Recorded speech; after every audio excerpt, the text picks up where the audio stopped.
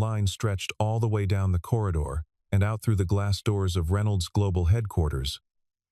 A river of pressed shirts and polished resumes, of ambition barely contained beneath professional smiles. Michael Bennett stood near the very end of it.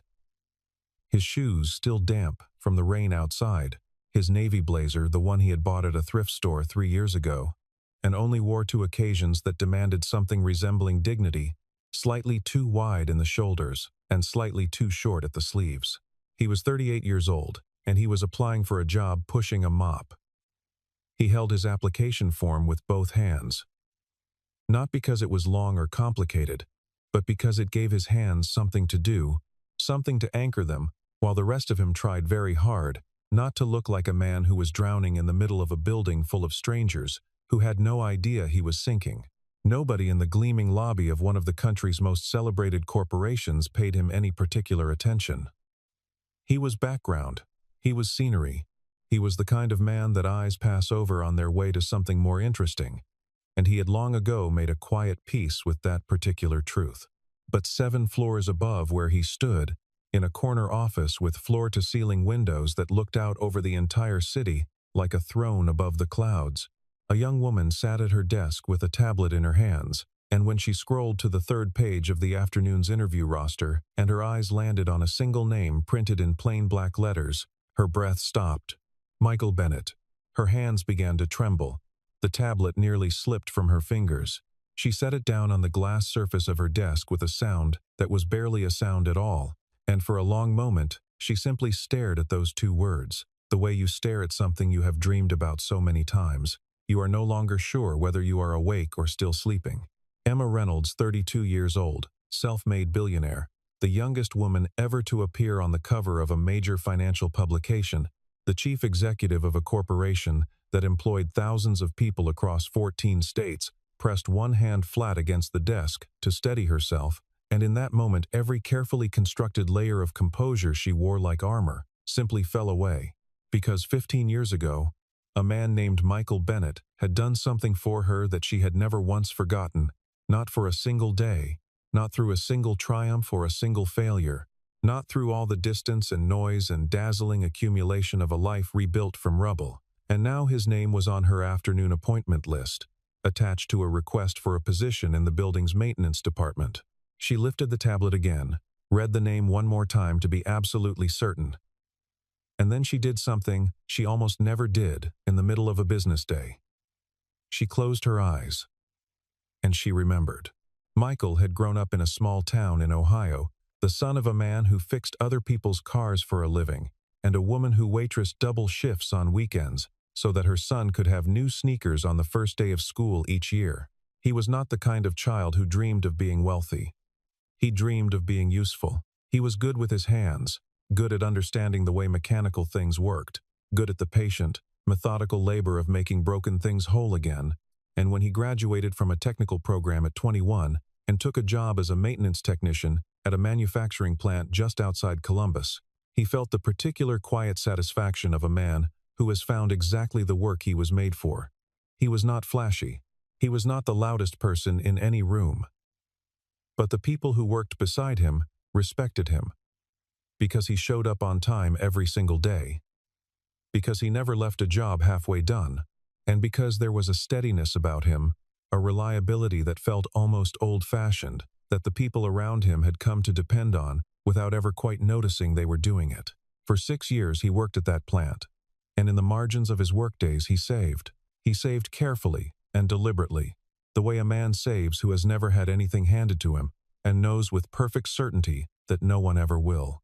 He kept a small notebook in his desk drawer where he recorded every deposit, watching the number grow with the slow, patient satisfaction of someone building something real. His dream was modest by the world's standards and enormous by his own.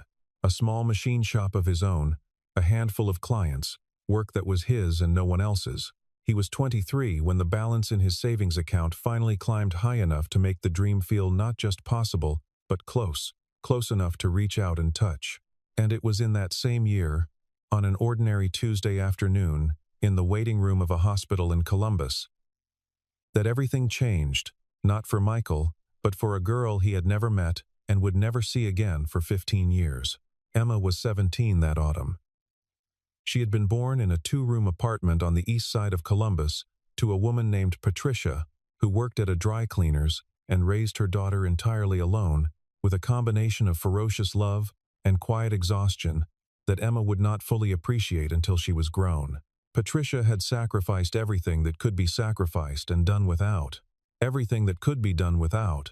And the result of all that sacrifice was a daughter who had turned out to be extraordinary, not just smart, but brilliant, not just hardworking, but relentless, the kind of student whose teachers spoke about her in the faculty lounge with a note of genuine awe. Emma had been accepted to one of the finest universities in the state on a partial scholarship. And on the evening that the acceptance letter arrived, Patricia had cried for an hour, and then made her daughter's favorite dinner, and both of them had understood, without quite being able to say it, that this was what it had all been for. Then, 3 weeks before Emma was supposed to leave for campus, she was struck by a car while crossing an intersection on her bicycle. It was not a dramatic accident in the cinematic sense. It was a wet road, and a driver who was not paying attention, and a girl who was in exactly the wrong place at exactly the wrong moment. Emma fractured her left leg in 2 places, cracked 2 ribs, and spent 12 days in the hospital. The physical pain was significant. The financial pain was catastrophic. Patricia had the most basic possible insurance plan, the kind that covered almost nothing. The bills arrived in the mail while Emma was still in a hospital bed, and each one felt like another weight added to a load that was already bending Patricia to her knees. The scholarship would not cover the gap that the medical debt had now torn open in their lives. Emma could see it clearly. Lying there with her leg in a brace, and her future dimming at the edges, she was going to have to defer her enrollment. She was going to have to work. She might not get back to school for years. She might not get back at all. She was crying the afternoon that Michael appeared in the doorway of her hospital room. Not dramatically, not loudly, but in the particular quiet way of someone who has been trying not to cry for a long time, and has simply run out of the strength to keep trying. Michael was at the hospital for an entirely different reason, visiting a colleague from work who had had a minor surgery, and he had simply gotten the room numbers confused in the hallway. He stood in the doorway for a moment, uncertain. And then he heard Patricia's voice from the corner of the room, low and steady but straining at the edges, telling Emma not to worry, that they would figure it out, that there was always a way, and Emma's voice replying, thin and unconvinced, asking how. Just asking, quietly and honestly, the way you ask a question when you already suspect there is no good answer. Michael had stood in that hallway for a long time after he walked away from the wrong room and found the right one. He visited his colleague, chatted for 20 minutes about nothing in particular, and then drove home through the city in the early evening light. He sat in his apartment that night for a very long time, thinking about the sound of that girl's voice. He was not a romantic. He was not the kind of man who did things for abstract reasons or grand philosophical ones. But he had grown up watching his own mother work herself hollow so that he could have things she herself had never had, and he knew without needing to articulate it the particular weight of a door closing on someone who has worked their entire life just to reach it. He went back to the hospital the next morning. He spoke briefly with a nurse he found at the station outside the room.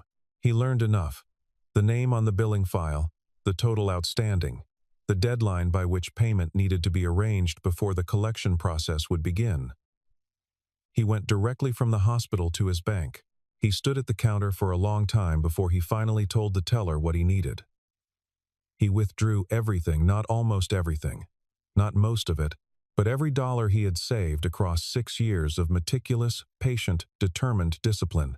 He paid the hospital bill in full. He arranged for the difference to be sent as an anonymous cashier's check to the university's financial aid office with a note requesting it be applied to the account of Emma Patricia Reed. He left no name. He left no note. He left nothing at all except the money itself. And then he walked out into the autumn morning and drove back to his apartment and sat down at his kitchen table and looked at the empty space where his dream used to live. And after a while, he made himself a cup of coffee and drank it slowly, because that was the kind of man he was. Emma only ever learned one thing about the person who had saved her. The name that appeared on the cashier's check, the financial aid office called to confirm, had cleared. Michael Bennett. That was all. No address, no contact information, no explanation. She had asked the hospital. She had asked the bank.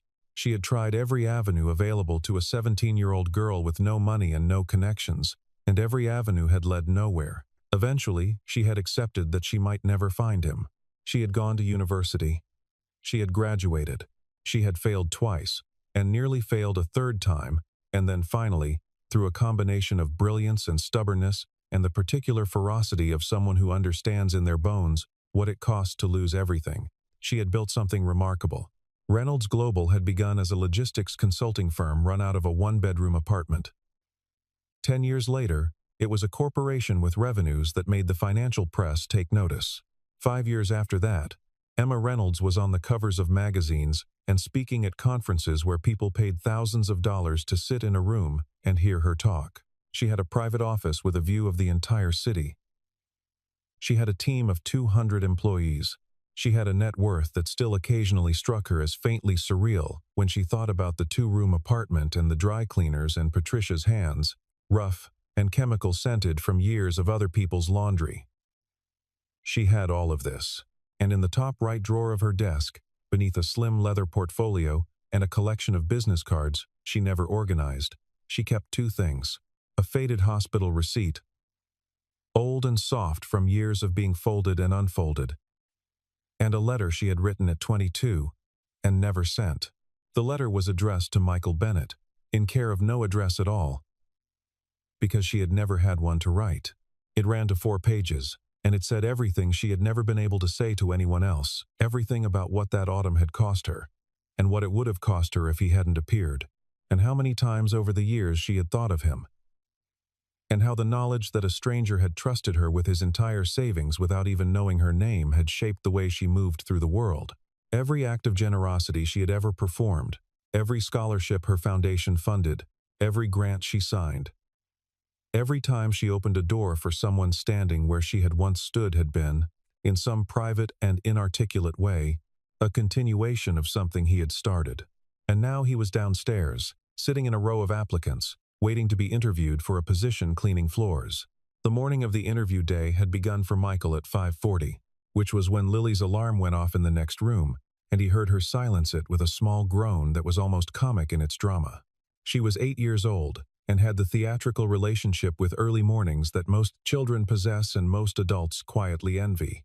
He had been awake already, as he usually was these days, lying in the gray pre-dawn quiet of their apartment and working through the arithmetic of the week in his head.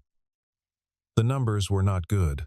They were not catastrophic, not yet, but they had the particular quality of numbers that are moving steadily in the wrong direction, and Michael knew enough about steadily worsening trajectories to understand that the time for action was now, not later. The factory where he had worked for the past 4 years had closed its Columbus operation 8 months ago, a casualty of shifting supply chains and boardroom decisions made by people who had probably never set foot on the production floor. He had received a severance package that lasted 6 months. He had applied for 41 positions in those 6 months and been called back on 7 and offered nothing. He was skilled, experienced, reliable, all the things that should make a man employable.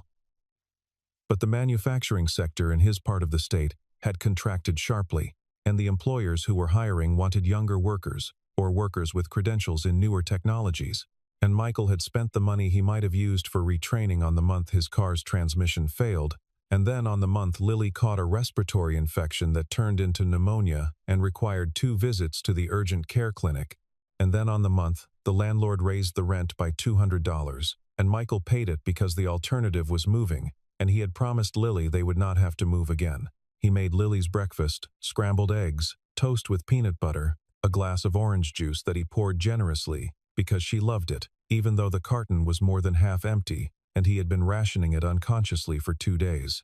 The kitchen was small, and the morning light came in at a low angle through the single window above the sink and fell across the table in a rectangle of pale gold, and Michael stood at the stove in his undershirt and thought, as he sometimes did in the unguarded minutes before the day fully started, that there was something almost unbearably beautiful about the ordinary persistence of mornings, the way they arrived regardless, carrying their light and their small rituals, asking nothing except that you show up for them. He watched Lily eat with the cheerful, focused efficiency of a child who has not yet learned to be anxious about meals, and he thought, for the 1100th time, that she was the most uncomplicated source of joy he had ever encountered. She looked like her mother, around the eyes, and in the way she tilted her head when she was thinking. He still caught himself noticing this in unguarded moments. And it still produced the same complicated mixture of love and grief that 5 years had not significantly simplified. "Are you going somewhere today?" Lily asked, looking at his blazer with a mixture of curiosity and mild concern, as though formal clothing on a weekday was a suspicious sign. "I have an interview," he said. "For what?" He hesitated for just a moment. The kind of hesitation that exists between truth and a version of truth that a child can carry without it being too heavy. "A job at a big building downtown," he said. Lily nodded with the gravity of someone taking this information seriously. Then, "Baba, can I keep taking piano lessons?" "Mrs. Hernandez says I'm getting really good. She says I have good ears." He had not expected the question at this particular moment, though he had known it was coming. He had been preparing for it, the way you prepare for something you cannot entirely soften by rehearsing various versions of the answer and discarding all of them in favor of something simpler. He looked at his daughter across the small kitchen table, and he felt the familiar ache, the one that had nothing to do with money and everything to do with money, the one he had carried for years now and had learned to live inside of without letting it show too much.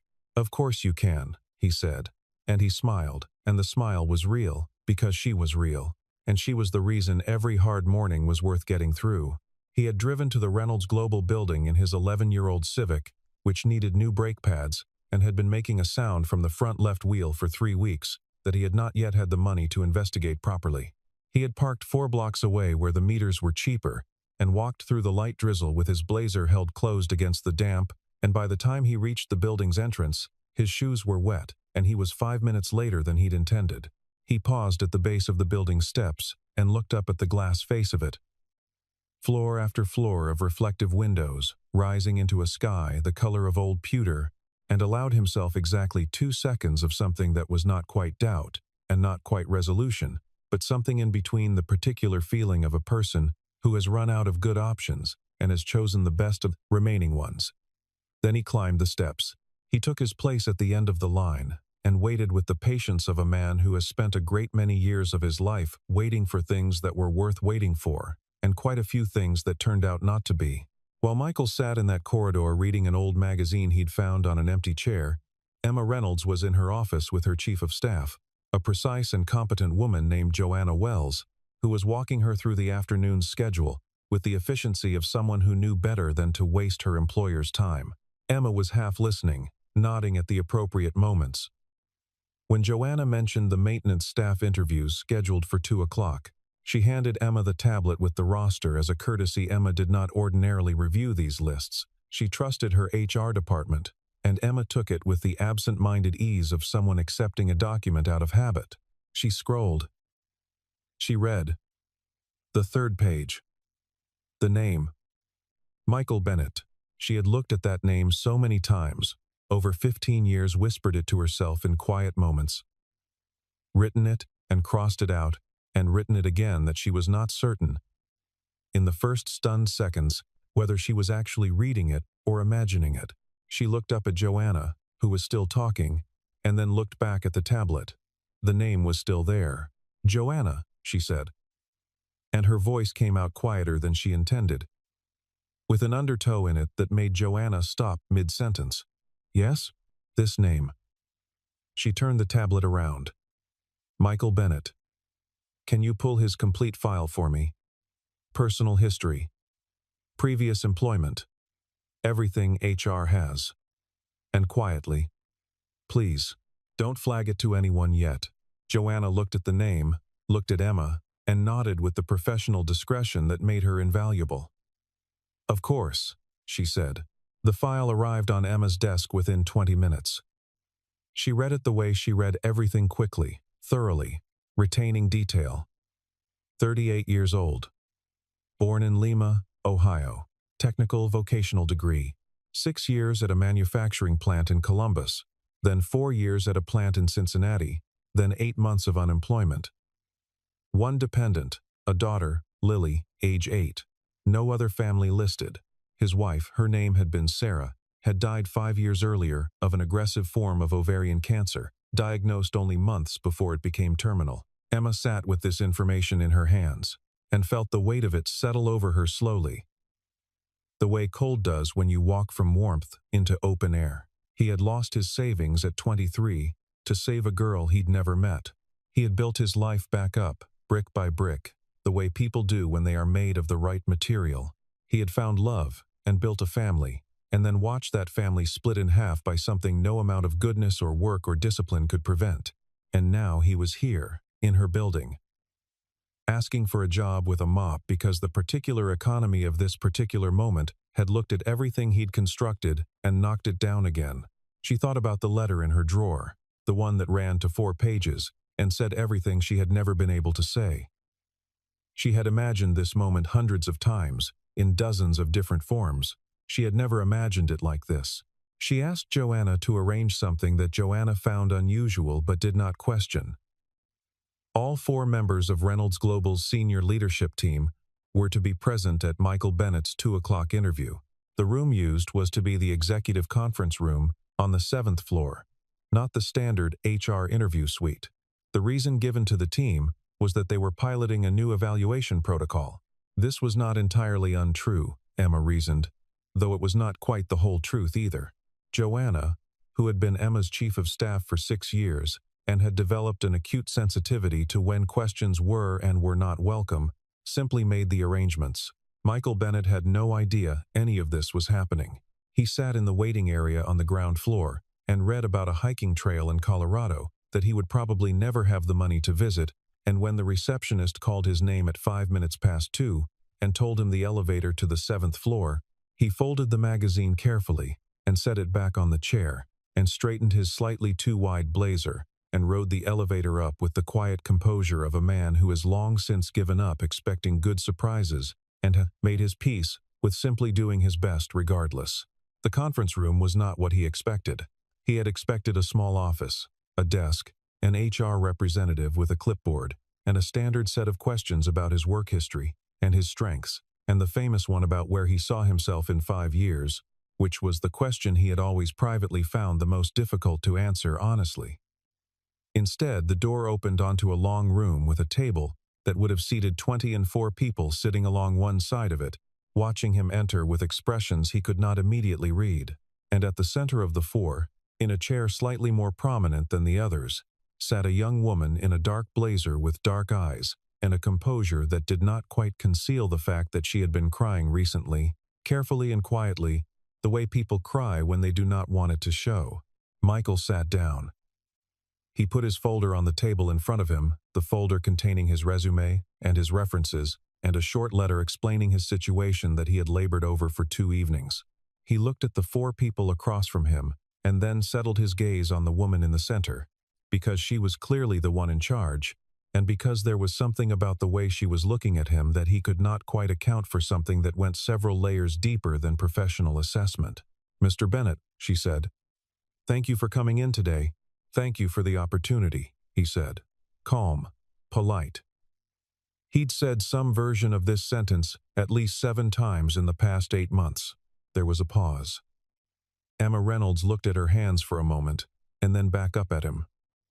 "I'd like to ask you something a little different from what you might be expecting." "Of course," Michael said.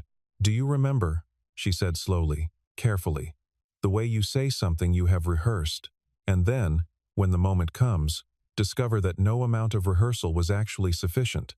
"A hospital, in Columbus, about 15 years ago." Michael was quiet. The question was not what he had expected, and he turned it over with the methodical attention he gave to everything that required understanding. "I've been to hospitals," he said. "Not Columbus in a while, but I grew up near there. There was a girl," Emma said, "and her mother. The girl had been in an accident. She was going to have to leave school, Something shifted in Michael's expression, not recognition. Not yet. But the beginning of a particular stillness that comes just before recognition arrives. He looked at Emma Reynolds, really looked at her, and the room was very quiet. "I'd heard about something like that," he said, after a moment. "A long time ago." He said it carefully, without claiming more than he was certain of. Emma opened the folder she had placed on the table in front of her and slid 2 pieces of paper toward him across the polished surface. The first was a hospital billing receipt, 15 years old, the paper warm yellow with age. The second was a bank record showing a transaction, a withdrawal of every dollar from a savings account held in the name of a Michael D. Bennett. She watched his face as he looked at them. "The girl was me," Emma said. The silence in the room after she said it was complete. None of the 3 executives on either side of her moved or spoke. They had been told the outline of the story before the meeting, enough to understand what they were witnessing, and each of them had arrived in this room thinking they understood the shape of it. But there is a difference between understanding a story and watching it happen in front of you, and they were watching it happen now. Michael looked at the documents for a long time. Something was moving across his face that was not quite emotion in the ordinary sense. It was more like a rearrangement, a slow reorganizing of the familiar landscape of a memory he had put away and not taken back out in many years. He had never told anyone about what he had done. Not his colleagues, not his wife. Sarah had known only that his savings account was empty when they met, and that he had once done something he was not prepared to discuss, and she had loved him enough to let him keep that private. He had not done it for recognition, and he had never wanted recognition, and he had, over the years, essentially stopped thinking of it as something remarkable. It had simply been a thing that needed doing, and he had done it, and that was all. "The financial aid office confirmed the check," Emma continued. "They told my mother it came from someone named Michael Bennett. That was all we ever knew. I looked for you for years." She paused, and he saw the effort it took her to keep her voice level. "I never found you. I moved around a bit," Michael said. "Ohio, then Cincinnati." He looked at the receipt again, then set it gently back on the table, as though returning something that had never quite belonged to him. "That was a long time ago." "Yes," Emma said. "It was." She reached into the folder again and produced a single envelope, cream-colored and sealed. "I wrote this at 22. I've been carrying it since then in case I ever found you." She slid it across the table. He did not open it. He just put his hand on it, the way you put your hand on something you intend to keep safe. "You were 17, he said. "You were going to lose everything." He said it simply, without drama, as a statement of plain fact. "Because that was what it had been, and you gave me everything you had. I had savings I could rebuild," he said. "You had a chance you couldn't." Emma pressed her lips together for a moment. To her left, one of the executives, a man named David Cho, who had been in the corporate world for 30 years and considered himself largely unsentimental about such things, was looking at a point on the table with an expression of concentrated neutrality that was doing an imperfect job of concealing the fact that he was deeply moved. "Mr. Bennett," Emma said, "I'd like to tell you something. You did not apply for the position I'm about to offer you. And before I offer it, I need to be clear. This is not charity. This is a job with real responsibilities and real expectations. And I'm offering it because I believe you are the most qualified person I know for what it requires." Michael said nothing. He waited. "Reynolds Global operates a charitable foundation. We fund education initiatives, single-parent support programs, and youth development projects across 7 states. The foundation has been growing faster than our current director can manage, and we've been looking for someone to step into an expanded leadership role." She looked at him steadily. "The position is director of the Reynolds Foundation. It comes with a full salary, comprehensive benefits, and a team of 12. The room was completely silent. Michael looked at her with the expression of a man who is processing something that his mind has not yet fully decided how to categorize. "I applied for a custodial position," he said. "I know," Emma said, "and I imagine you would have been excellent at it. But the person I need to run this foundation is someone who understands, from the inside, what it means to need help and what it feels like to receive it with dignity. Someone who has given everything they had when it mattered and asked for nothing in return. I have not found that person in 15 years of looking. She held his gaze.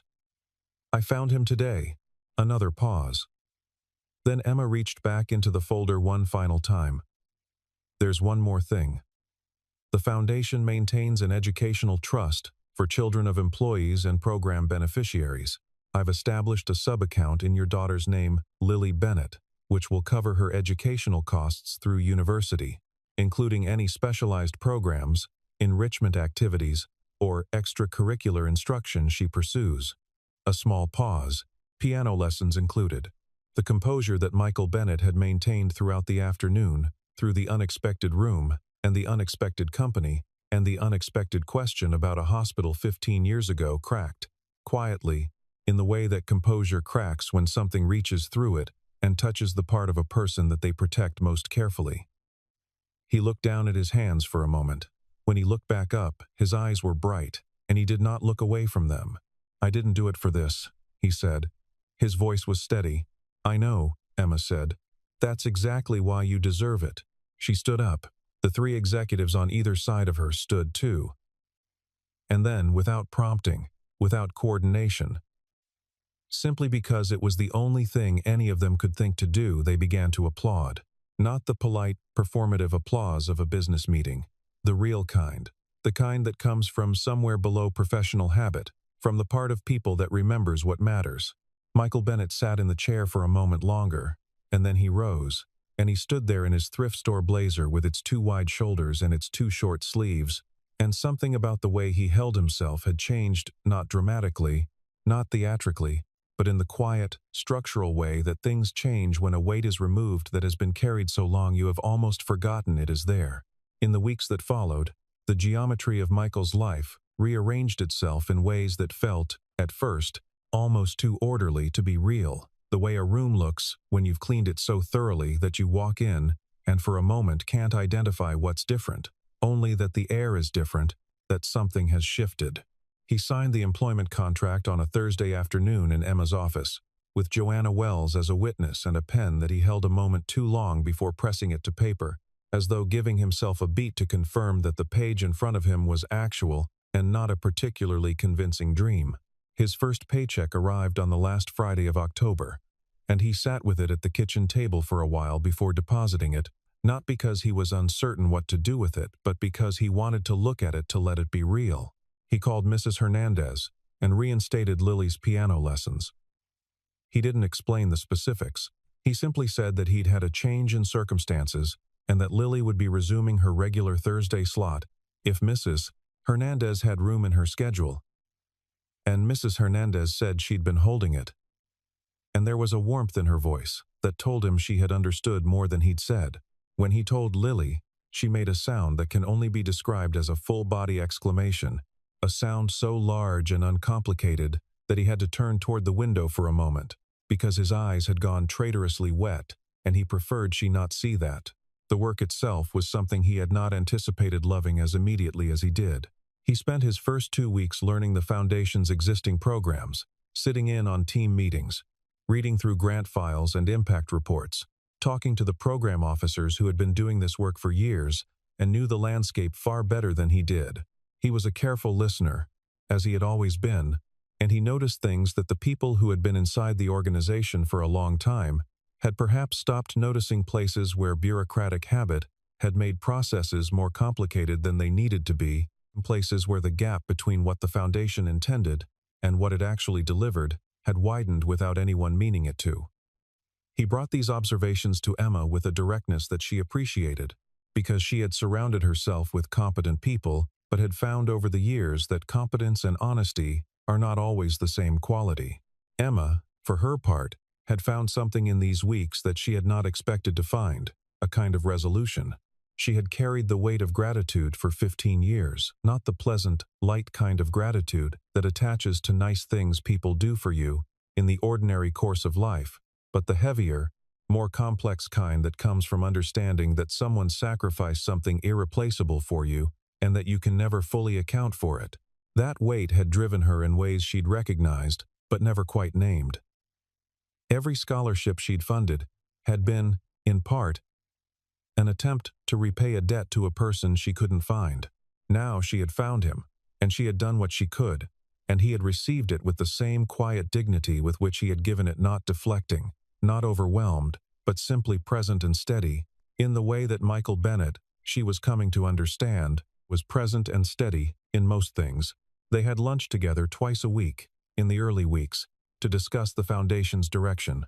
The conversations ranged freely from program logistics to personal history, from Lily's increasingly ambitious piano repertoire to the challenges of rebuilding a life after a factory closure, from Emma's early years in business to the particular texture of grief, which both of them understood in different registers, and which they spoke about with the unself-conscious honesty of people who have learned not to protect themselves from difficult things more than necessary. She told him about Patricia, who was 70 now, and lived in a small house in a suburb of Columbus that Emma had bought for her and that Patricia had accepted with the grudging, tearful grace of a woman who had spent too many years doing without to entirely stop feeling strange about having enough. He told her about Sarah, about the specific way she had laughed, about the Tuesday evenings they had spent cooking elaborate meals in their small kitchen and listening to records, about the months of her illness and the way grief had arrived, not all at once, but in slow waves that were still, 5 years on, capable of surprising him. 6 months after Michael joined the foundation, Emma announced a major fundraising initiative, the largest in the organization's history, a campaign aimed at expanding their single-parent support program into 3 additional states. The kickoff event was held in the Reynolds Global Headquarters atrium, a grand high-ceilinged space that had been transformed for the evening with warm light and round tables full of donors, journalists, and community partners. Emma stood at the podium in front of 300 people and told them what the foundation did and why it mattered and where the money would go. And then she said she wanted to tell them a story. She told them about a 17-year-old girl in a hospital bed in Columbus, Ohio, watching the door close on the only future she had ever imagined for herself. She told them about a young man who had walked into the wrong room and walked out carrying someone else's problem because he was constitutionally incapable of walking away from a problem he could solve. She told them about a savings account emptied without hesitation, and a cashier's check sent anonymously, and a girl who went back to school and never forgot. She did not say Michael's name at first. She built to it, the way a good story builds to the truth it has been holding back. And by the time she said it, the room was so quiet you could hear the light fixtures humming. Michael was seated at a table near the back. He had not been told he would be part of this story. He sat very still while 300 people turned to find him, and he felt the particular and unfamiliar exposure of being publicly known for something private, something he had done in a corridor of himself that he had not expected anyone to enter. But Emma was still talking. And what she was saying was not about him in the way that embarrassed him. It was not sentimental or excessive. It was simply honest. She was saying that sometimes the most important things happen in the spaces between visibility and invisibility. In the moments when someone acts not because they will be seen, but precisely because no one is watching. She was saying that the foundation existed, in the most literal possible sense, because a 23-year-old man from Lima, Ohio had understood something about the relationship between sacrifice and hope that most people only understand in theory. Generosity is not a calculation, she said. It is a choice. And the choices we make in private are the ones that reveal most clearly who we actually are. The room applauded. Then it stood. Michael remained seated for a moment longer than everyone else, his hands in his lap, looking at the tablecloth. And then Lily, who had been allowed to attend for the occasion, dressed in her best dress and sitting beside him with her shoes not quite reaching the floor, tugged at his sleeve with the small, authoritative confidence that 8-year-olds bring to the task of pulling adults back to the present moment. He looked at her. She was grinning at him with her mother's eyes. He stood up. The applause continued, and he stood there in the warm gold light of the atrium, in a room full of people who were giving their approval and their recognition and their noise to a moment that he could not have imagined 8 months ago, standing in line in wet shoes with a too-wide blazer. holding his application form with both hands because it gave him something to hold on to. He thought about the notebook he used to keep in his desk drawer, the one where he recorded every deposit, all those years ago, watching the number grow. He thought about the morning he went to the bank and told the teller what he needed. The particular quality of certainty he had felt in that moment, the way the decision had not felt difficult even though it was enormous, because some things, when they are right, are simply right. He thought about Sarah. He thought about all the mornings he had made Lily's breakfast and gotten through the arithmetic of the week and smiled when she asked him impossible questions and promised her things he was not sure he could deliver because promising her was an act of faith, and faith, in his experience, had a way of being justified by things you could not have predicted. He looked at Emma Reynolds, who was watching him from the podium with an expression that had nothing polished or managed about it. Only something open and resolved and grateful, and he understood something he had not understood before, that gratitude, when it is real and long held and finally given somewhere to go, does not feel like what you expect it to feel like. It does not feel like settling a debt. It feels like something beginning. The foundation exceeded its fundraising goal by 31% that evening. 3 new states were added to the single-parent support program within the following year. Lily Bennett turned 9 in March and performed her first proper recital piece, a Clementi sonatina, with a concentration that made her teacher cry quietly in the 3rd row.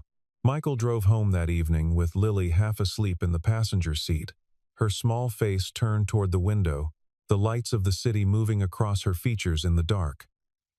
And he felt, quietly, and without making any ceremony of it, the particular fullness that arrives when you look at your life and find that it has, in spite of everything, arrived somewhere worth being. There are things we give away without knowing what they will become. There are seeds we plant in soil we never revisit. In seasons we do not stay to watch. We act in the ordinary moments of our ordinary lives, responding to what is in front of us with whatever we have to give. And most of the time we walk away and never learn what grew in the ground we touched. But now and then, not often, not predictably, not in ways we could have arranged or deserved, the thing we gave away finds its way back. It comes back changed. It comes back larger. It comes back, bearing the shape of everything it became in the years between the giving and the return. Michael Bennett had given away his savings at 23, in a corridor of a hospital he had wandered into by accident, for a girl he did not know, without expectation and without name. And 15 years later, in a building full of people who did not yet know his name either, the thing he had released into the world came back to him not as money, though the money mattered, and not as recognition, though the recognition moved him, but as proof of something he had always believed without being able to prove, that the best of what we give to each other does not disappear. It travels. It changes hands. It grows in someone else's life for years, quietly and without announcement. Until one day, it is large enough to reach back through all the distance and find you again. And when it does, it carries in it every year it was away. He had not given the money to create a debt. He had given it because it needed to be given, and he was the one who happened to be standing there with it. He had not expected anything back, and this was why what came back was so extraordinary, not because he had earned it, but because in some deep and unsimple sense, he was the reason it existed at all. Emma Reynolds had built something remarkable and was using it to do real good in the world. And every bit of that good traced itself back, in a line unbroken across 15 years, to one morning in October, when a young man had decided that someone else's possible future was worth more than his own planned one. Kindness is not always loud. It does not always announce itself or leave a record or wait to be witnessed. It moves in the quieter register of what we do when no one is watching and nothing is required of us. It operates in the language of small choices made in large moments, of hands extended across distances too wide to see across, of the ordinary courage of people who look at something broken and ask themselves not whether they can afford to help but only how. And sometimes, not always, but sometimes, and that sometimes is enough, it comes back. It always comes back.